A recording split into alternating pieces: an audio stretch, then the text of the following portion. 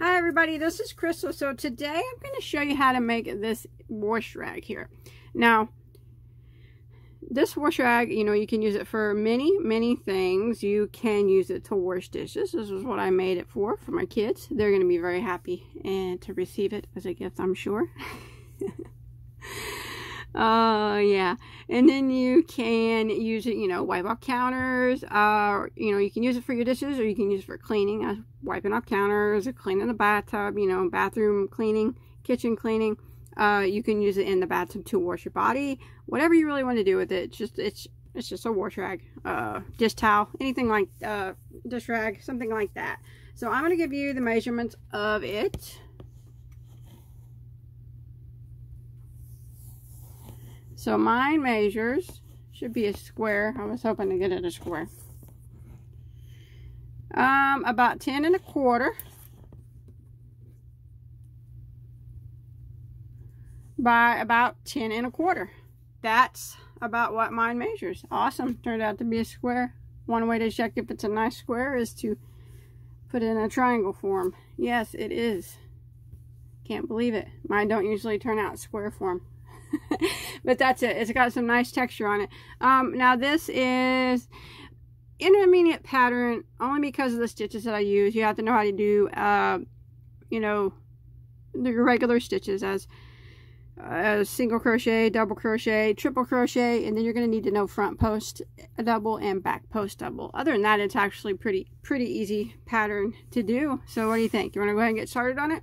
This would be great as a gift in all different colors. Fold them up, stack them on top of each other, wrap a big bow around them.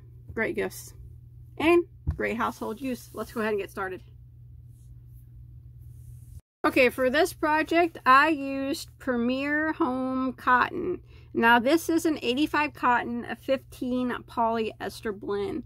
Now when making things for the kitchen or wash rags or anything of the sort, you do not have to listen to me, but my recommendation is nothing less than an 85% cotton. That's my recommendation. I would never use anything less than 85% cotton for a kitchen item as a wash rag or even pot holders, dish rags, anything like that. But that's my own personal opinion. But that's what that is. 100% cotton works well also. Probably better than this one. But this works just fine too. Now there are 140 yards in this skein here, and this is what I have left, the one. So it's probably going to be like 120 yards to be safe, I'd say, to make that size of wash rag. Of course, you can always, I'll give you the multiple, and you can always change the dimensions. The color I have here is called lavender. Remember, you do not have to use this yarn. Any 4-weight cotton will work. 4-weight yarn will work. I highly recommend at least 85% cotton. I mean, that's my recommendation. You don't have to listen, but that's just what I recommend if you're going to be using it for the purpose of washing things, or the purpose of like a hot pad, set a hot plate on it or something. That would be my recommendation. And then I'm going to be using a size I, which is a 5.5 millimeter crochet hook. All right, now I'm going to show you on a smaller scale. Now you can make this if you want. I told you the measurements of mine. If you want to make yours bigger or smaller, you just need to have an odd number chain, okay? But if you want to follow me, I started out with a chain of 35. So once you get your chain of 35 done, remember I'm going to be showing you on a smaller scale, but once you get your chain of 35, we're going to do a double crochet in the 4th stitch from the hook. Now remember, we don't count the one that's on our hook, so we count down 4, and we're going to go ahead and put a double crochet into it.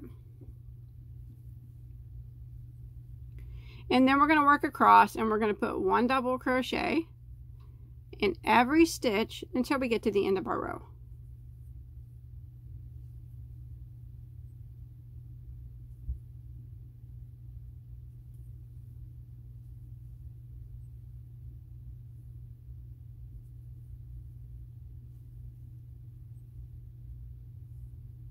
Just like this. So 1 double every stitch until we get to the end of row 1. Okay, once you make it to the end of row 1, you should have a total of 33 stitches following along with me, and that counts this little guy here on the end. This little chain, he counts as a stitch. So counting him, you should have a total of 33 stitches now. Now we're going to start the repeat rows. The repeat rows are 2, 3, 4, 5, 6, and 7. So it's a 6-row repeat, but they're not hard. So we're going to start row 2 by chaining 1 and turning our work. Now we're going to start off and we're going to put a double crochet right here into this very first stitch.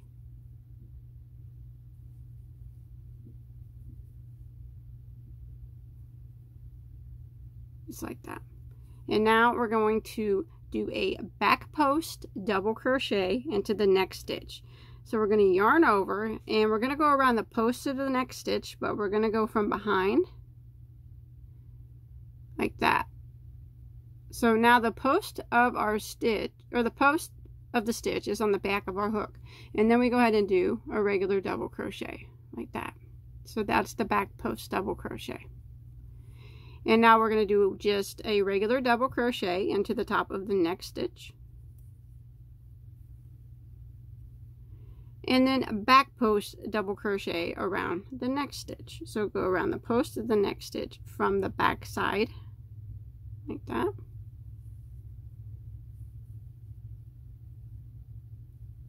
And then double crochet into regular double crochet into the top of the next. So that's the repeat now for row 2. Back post double crochet into the next stitch, and then double crochet into the top of the next. Back post double into the next,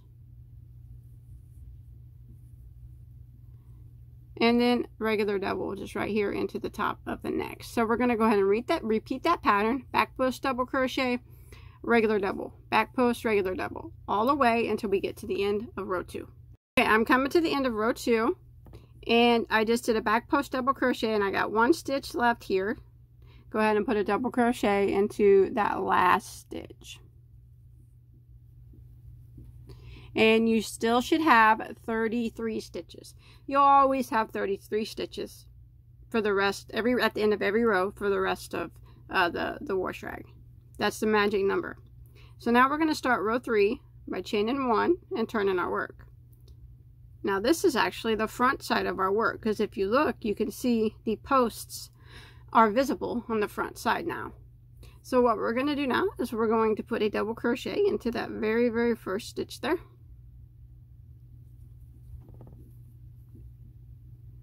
And now we're going to work a front post double crochet into the next stitch. And you can see that it is the back post from the previous round, or the previous row. So go ahead and yarn over and go around that post from the front.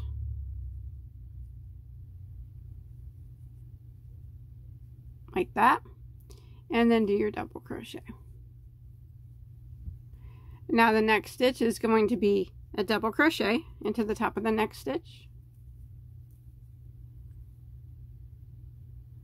And front post double crochet into the next. So we're just kind of keeping the posts lined up.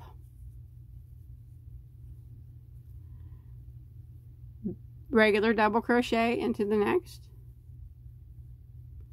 and front post double crochet into the next.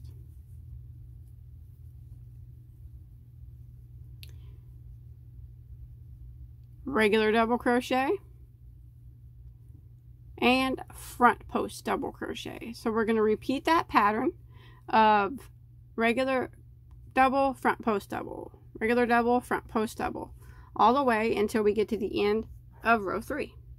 All right, I'm coming to the end of row 3. I just did my front post double crochet, and we're going to go ahead and end by double crocheting into our last stitch. 33 stitches there still at the end of round 3.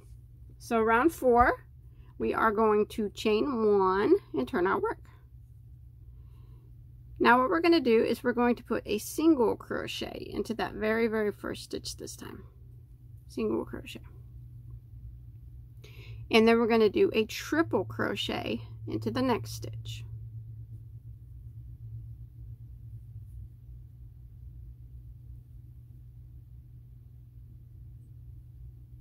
Like that. Single into the next stitch.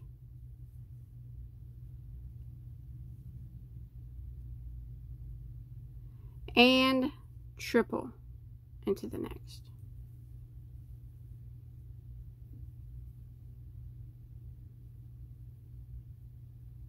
single into the next, and triple into the next. And that is what we're going to repeat now for row 4.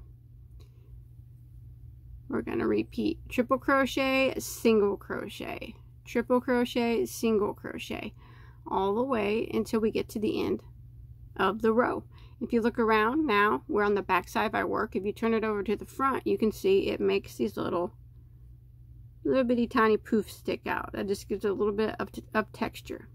So go ahead and keep repeating that, triple single, until we get to the end of row 4.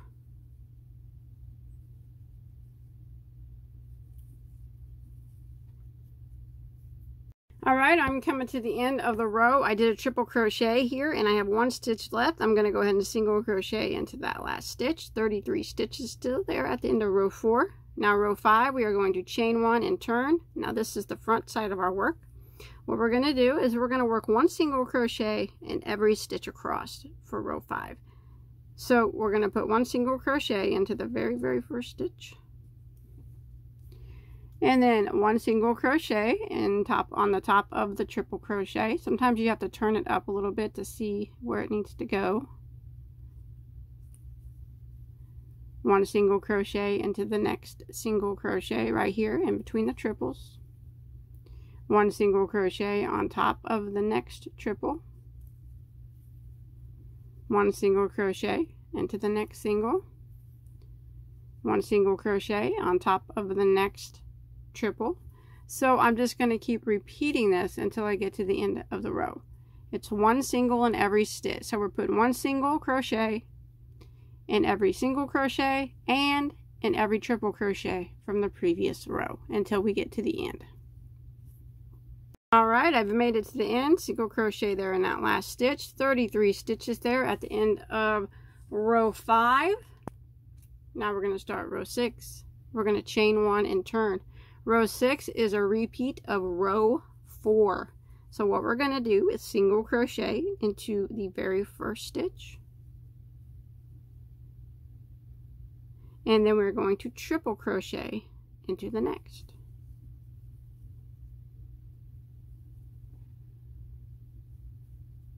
Single crochet into the next. And then triple crochet into the next. So for row 6, we're just repeating what we did on row 4, which is the single crochet, triple crochet, repeat until we get to the end of the row. So single crochet and triple crochet all the way to the end of row 6.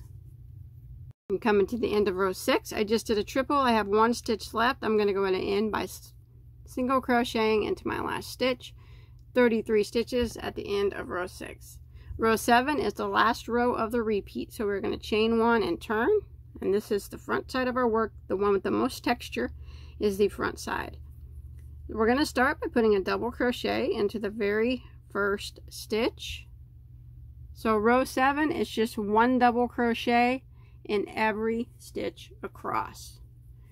So I'll put a double crochet into the next triple crochet from the previous round, double crochet in this single crochet here from the previous round,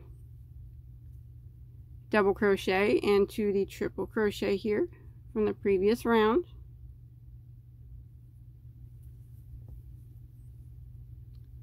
double crochet into that next single, double crochet into the next triple. So I'm going to repeat this, putting 1 double crochet in every stitch until I make it to the end of the row. Alright, I've made it to the end of row 7, 33 stitches total, and that is the end of the repeat rows 2, 3, 4, 5, 6, and 7. So we want to start row 8 by repeating row 2, which was a chain 1 and turn, and double crochet into the first stitch, and then we start by back post double crocheting into the next. So we're just going to keep repeating, and then it'll be regular double crochet and then back post double crochet rows 2 through 7 until you get to your desired length. Okay, I have went ahead and done a total of 21 rows. Of course, you can make yours as big or as small as you'd like. So right now, before I add the edging on, mine measures approximately 10 inches by 10 inches. That's what I thought it measured. Well, that's what I was going for. A square. All right. So now what you want to do, I didn't tie off after that last row. So I just gonna go ahead and do, oops, double crochet there in that last stitch. I'm gonna go around it with a row of single crochet just to clean up the edges. So here's the end of my last row. I just did that double crochet there in my last stitch. So what I want to do is I'm going to start working along this side here. So I'm going to chain 1. Now we're going to be working on the sides of these double crochets and the sides of these single crochets. So we're gonna do our best to try to evenly space out the single crochets the best that we can. So it's not really important how many you have here once you get back around, just as long as you do your best to evenly space them out. So I kind of just work along and just do my best to make them look like they're spaced out evenly. I guess that's about the best you can do. I kind of go in between the double crochets, the sides, kind of like on the sides of them here.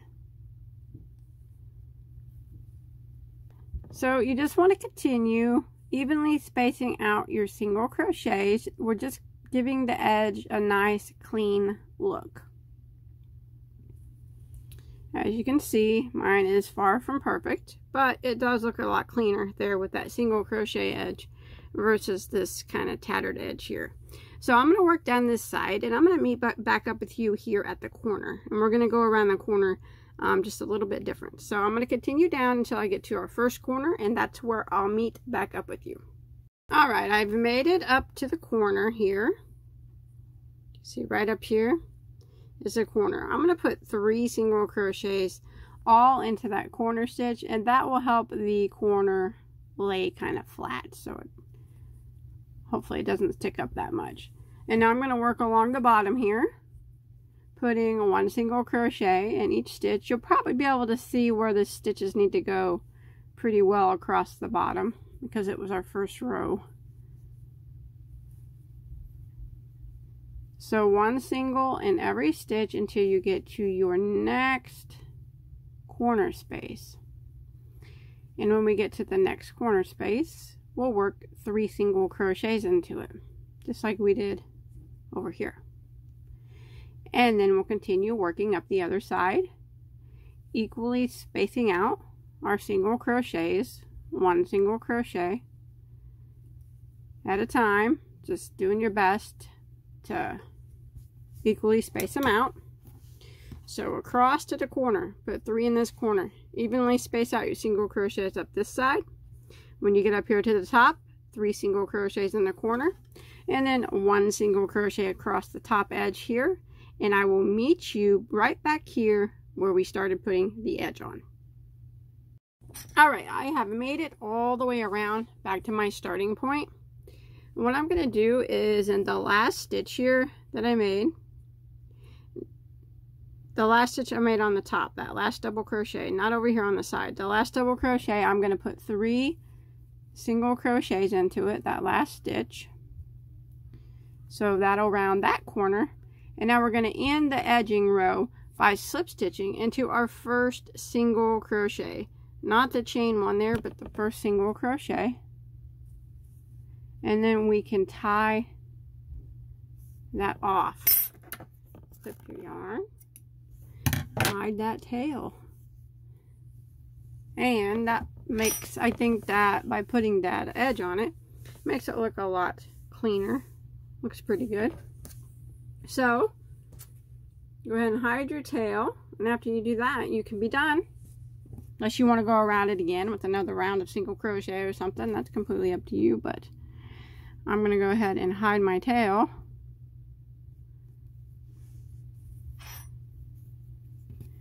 I just flip it over I don't usually show myself hiding my tails, but some people ask me if I would, so I guess I will. I usually just flip it over and kind of weave it through the stitches a few times. And then if you go back the other way, it should lock in place.